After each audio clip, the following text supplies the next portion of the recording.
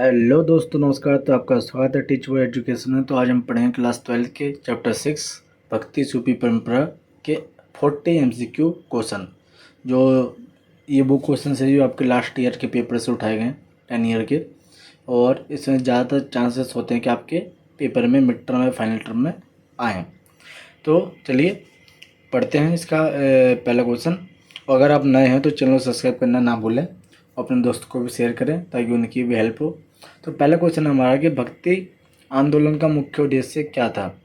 तो भक्ति आंदोलन का मुख्य उद्देश्य जाति प्रथा को मजबूत करना या ईश्वर के प्रति व्यक्तिगत भक्ति करना, राजनीतिक एकता या विदेशी शासन का विरोध करना।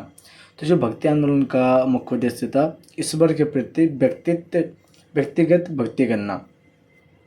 हम डायरेक्ट क्वेश्चन उसका आंसर पढ़ते हुए चलेंगे, ठीक है। तो आगे चलते हैं। अलवर संबंध किस भक्ति संत से था। जो अलवर का संबंध था वो मीराबाई, ये मीराबाई से संबंधित था, ठीक है। और आगे है क्वेश्चन नंबर 3 कि संत कबीर ने किस भाषा का प्रयोग किया। वह संत कबीर ने साधुकड़ी यानी साधु की भाषा का प्रयोग किया था, ठीक है। आगे है क्वेश्चन नंबर 4 कि कबीर ने किन की आलोचना की।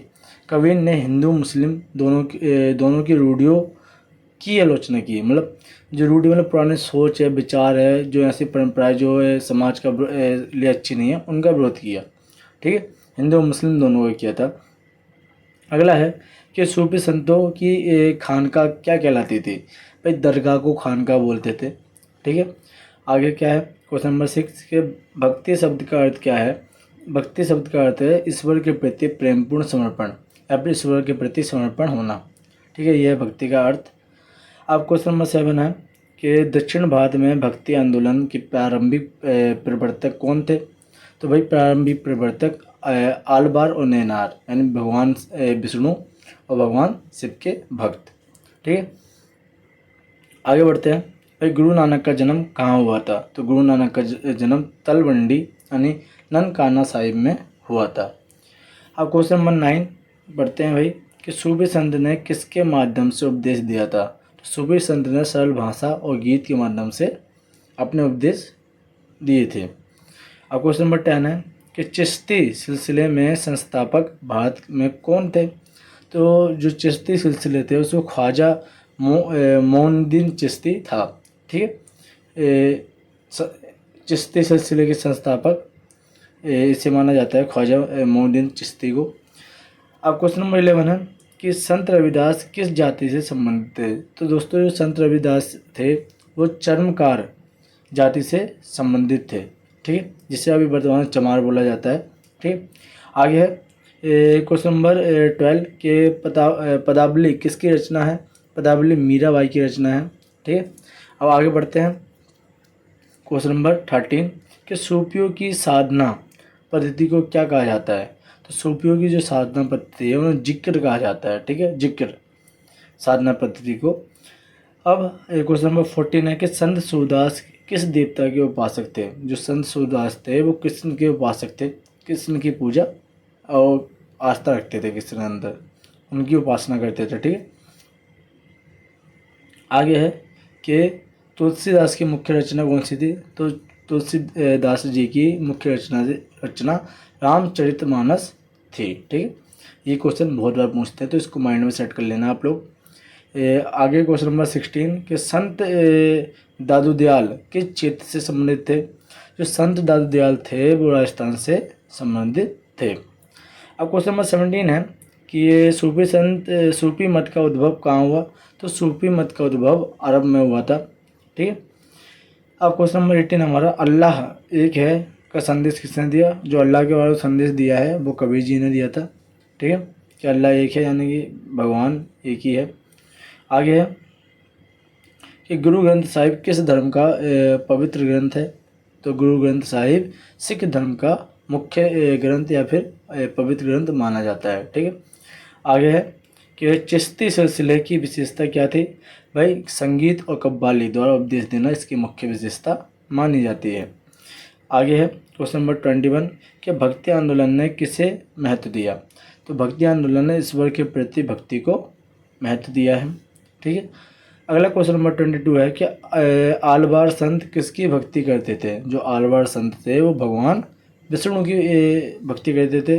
और जो क्वेश्चन नंबर 23 है कि नैनार संत किसके उपासक थे। तो भगवान शिव की पूजा करते थे जो नैनार। तो अलवार और नैनार दोनों को याद रखना। अलवार यानी विष्णु के भक्त और नैनार यानी कि भगवान शिव के भक्त।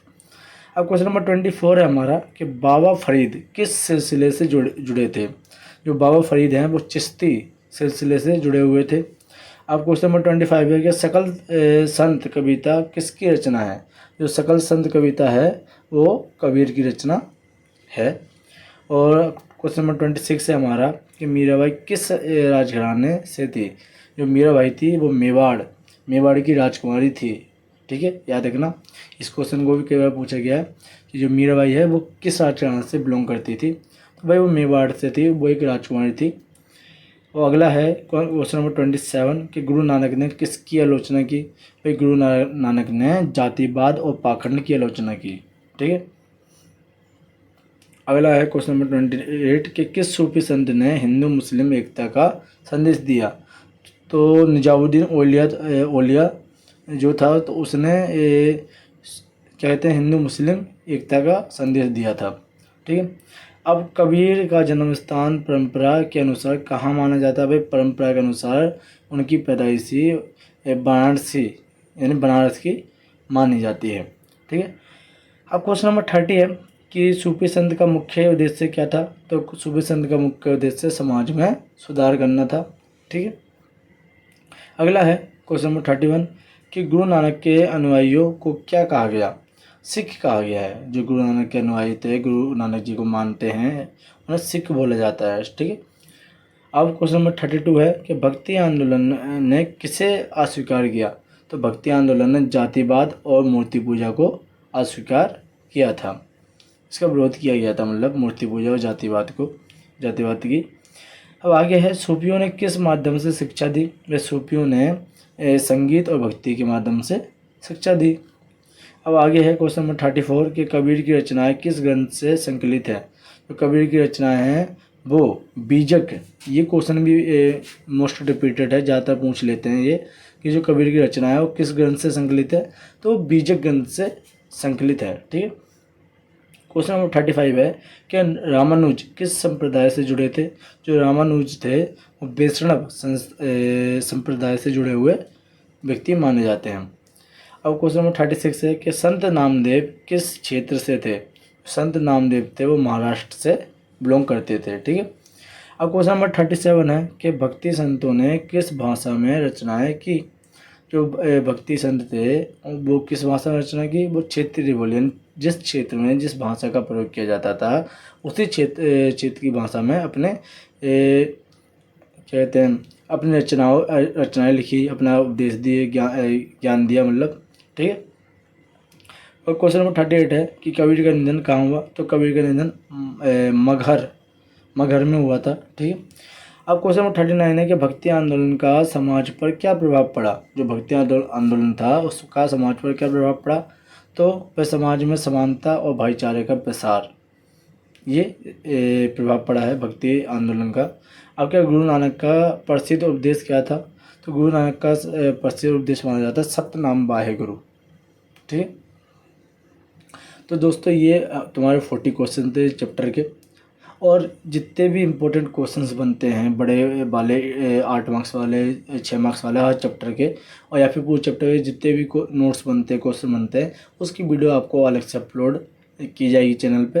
तो चैनल को आप सब्सक्राइब कीजिए, अपने दोस्तों को भी शेयर कीजिए ताकि वो भी इन नोट्स का लाभ उठा सके। तो धन्यवाद, मिलते हैं आपको नेक्स्ट वीडियो में।